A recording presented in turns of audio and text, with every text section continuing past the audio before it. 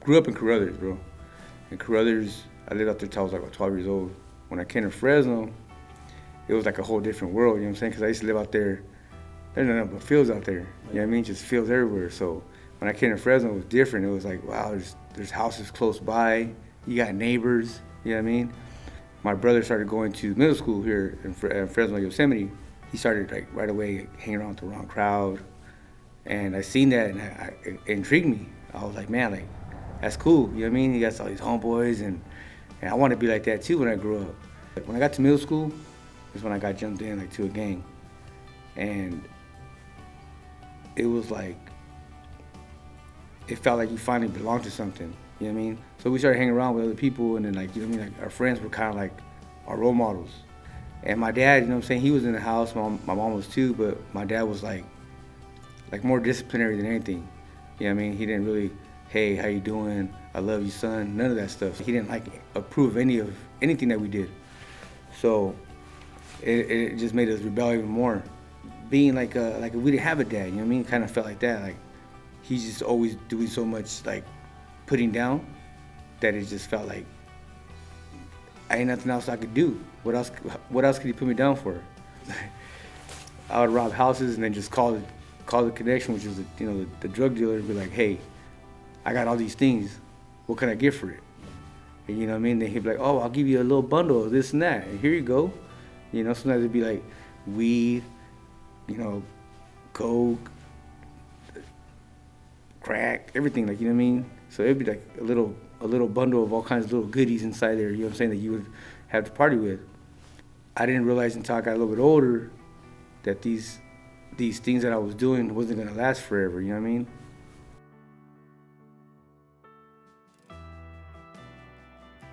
Oh man, let me put my jacket up. I'm getting hot now with this light. My bad. Want to put the AC on? No, that's cool. I just got hot for the jacket. Abusing drugs, abusing, liquor, and just not remembering. Like there's times like, people would tell me like, hey man, you trying to rob this house, there's people inside of it, and I don't even remember that. I'd be stopping cars in the middle of the street. Someone could have shot me, you know what I mean? Like, I would think, man, one day I'm gonna hurt somebody or I'm gonna get locked up over doing something dumb.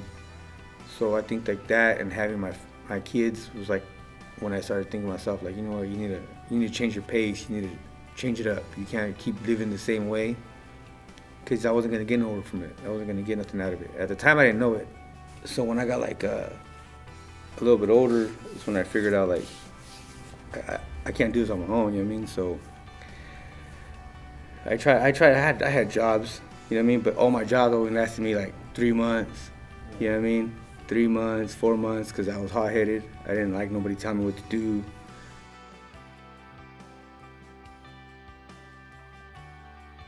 Like some years went on and stuff, so I got with my wife, right? And me and her brother used to like run the streets together when we were younger. And so like that's how I knew her for a long time. He got out of prison in 2006 and he came to the Hope Now program. And so he came home, he started telling me about this program, right? He's like, yeah, this program, it's good for you, it's get you a job. He's telling me, you should go. And I'm like, I don't know, kind of hesitating, you know what I'm saying? Because I didn't tell him this, but I already knew about Hope Now since like 94.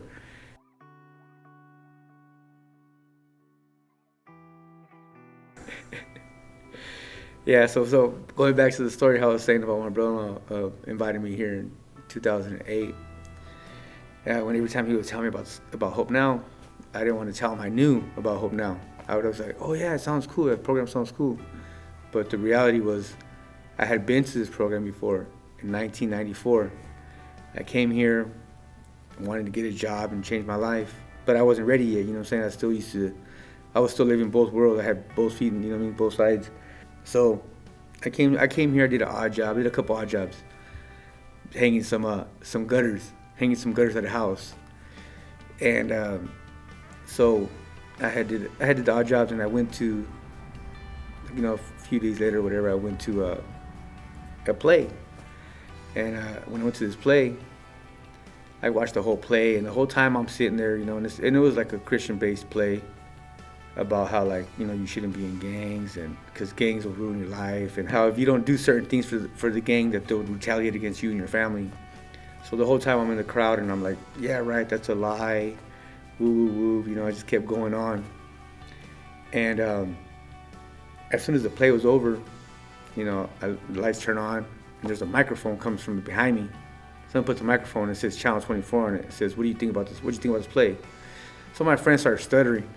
He don't know what to say. And me being me, I grabbed the microphone. I said, I'll tell you what I thought about this play.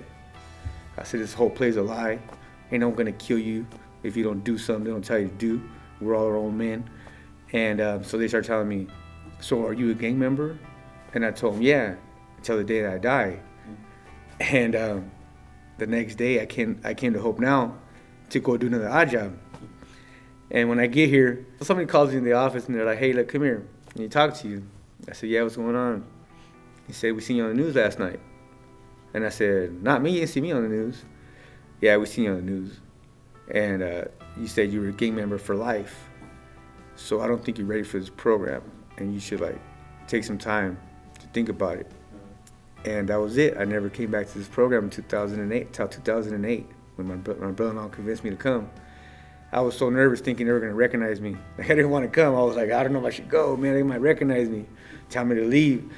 And my pride, just my pride didn't want me to feel dumb. I had to get turned away. But, they welcomed me with open arms, and I've been here ever since.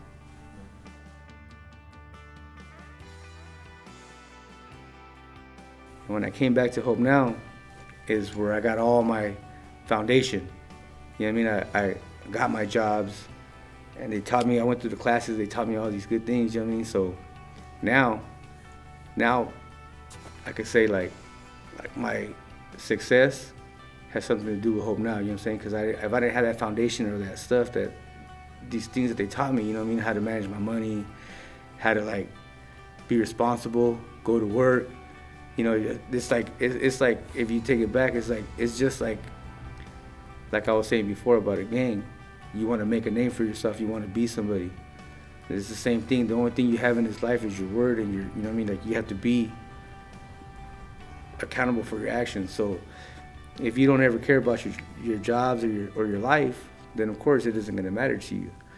But I have 5 kids, a grandkid, and I tell myself when I can't, I gotta show my kids this is the way you do it. So I take everything I learned from Hope Now, I take that and I install it to my kids, because it's that's the only way that I see that's worked for me in my life.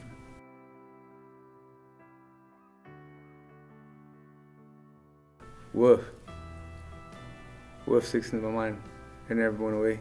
It's work hard, be on time, learn fast, and just friendly worker. Yeah, that's still in my mind all the time. It's you always got to be on time. If you're on time, you're late. That's one of the ones right there. I tell my kids that all the time. You got an appointment, you got somewhere to be, you be 15 minutes early every time. If you're on time, you're late. My wife tells me still to this day, why you going to work 30 minutes early? I'm like, I need to get there 15 minutes before I start. You know what I'm saying? It may just be for your own mindset, get yourself ready before you walk in. You know what I mean? It could be that. But it's a habit. It's a habit, I have to. If I'm running late, if I'm there 10 minutes before I start or 5 minutes before I start, I'm already upset, oh God. Yeah. I didn't get my 15 minutes before I could get here.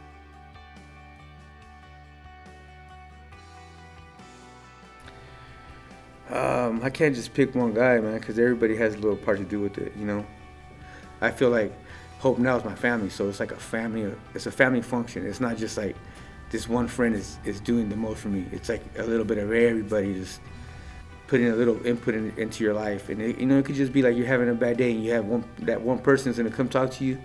You never know who it's gonna be. It could be Jesse. It could be David. It could be, now Paul. It could be anybody just walking up to you, say, hey, you know what? Let me talk to you real quick. I feel like I didn't talk to you.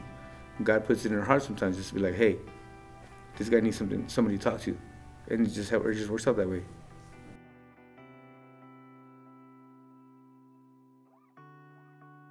It was in 2016.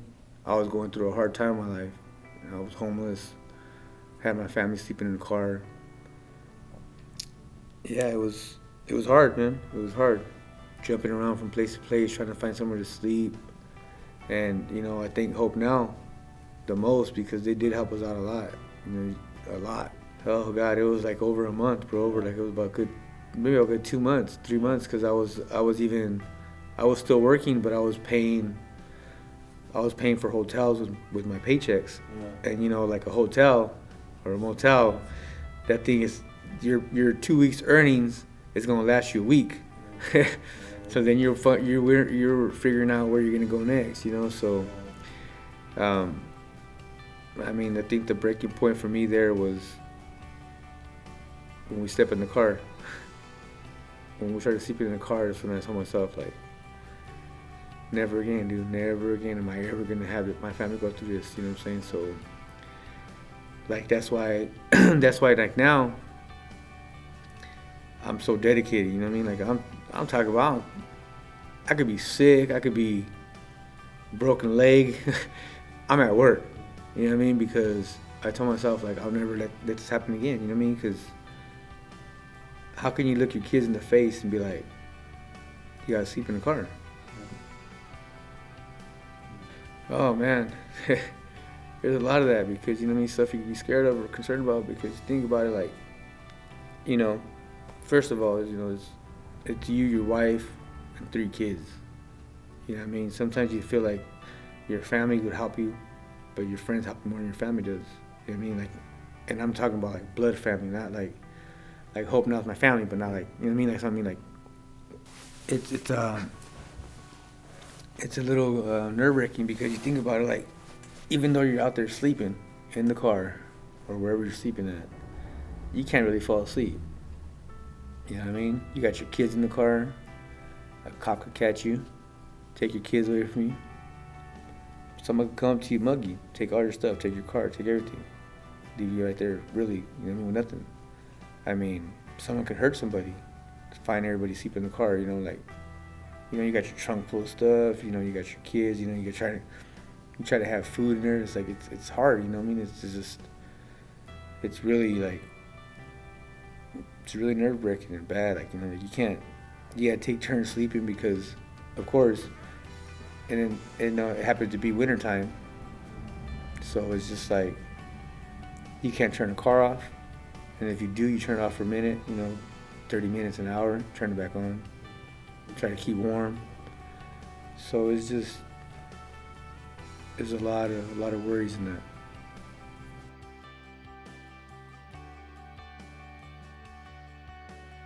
By the grace of God, I got this job opportunity where I started working for this place called the Limelight.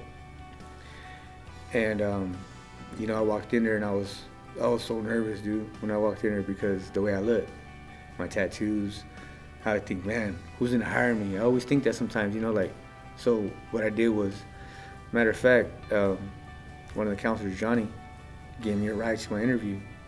We sat in the car and we prayed. And I prayed that the person interviewing me, like, wouldn't see me in my shell, would see me for me and what I know. So I sat there, I had the interview, and the guy never looked at me once like, damn, this guy's has so many tattoos, or is he a gang member? I never got that feeling, so I knew God was beside me. I worked for them for about a year, and they had another job opportunity for me, was working at Butterfish.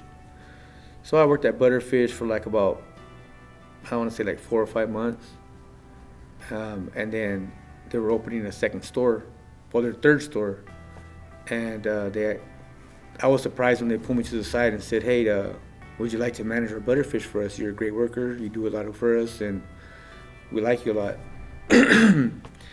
And first thing I said was thank God, you know what I'm saying, because I never thought that I would get that kind of recognition. I thought like it would take me years to get there. So I started running Butterfish, and like running Butterfish, I just thought to myself, like, when I got to that stage where I was like, okay, well, now I hire and fire people. I said, man, okay, now it's my turn to give back. Hope Now helped me out so much in my life that I was like, you know what? Now it's time for me to help somebody else. So every opportunity I got, I hire a Hope Now guy, you know, someone from Hope Now. You know, jobs are hard to find already. And then the pandemic nowadays, it's even harder. So it's just like, I told myself, like, you know what, like, it's time for you to give back. You know, Hope Now helped you out with so many jobs. It's time for you to give somebody a job now.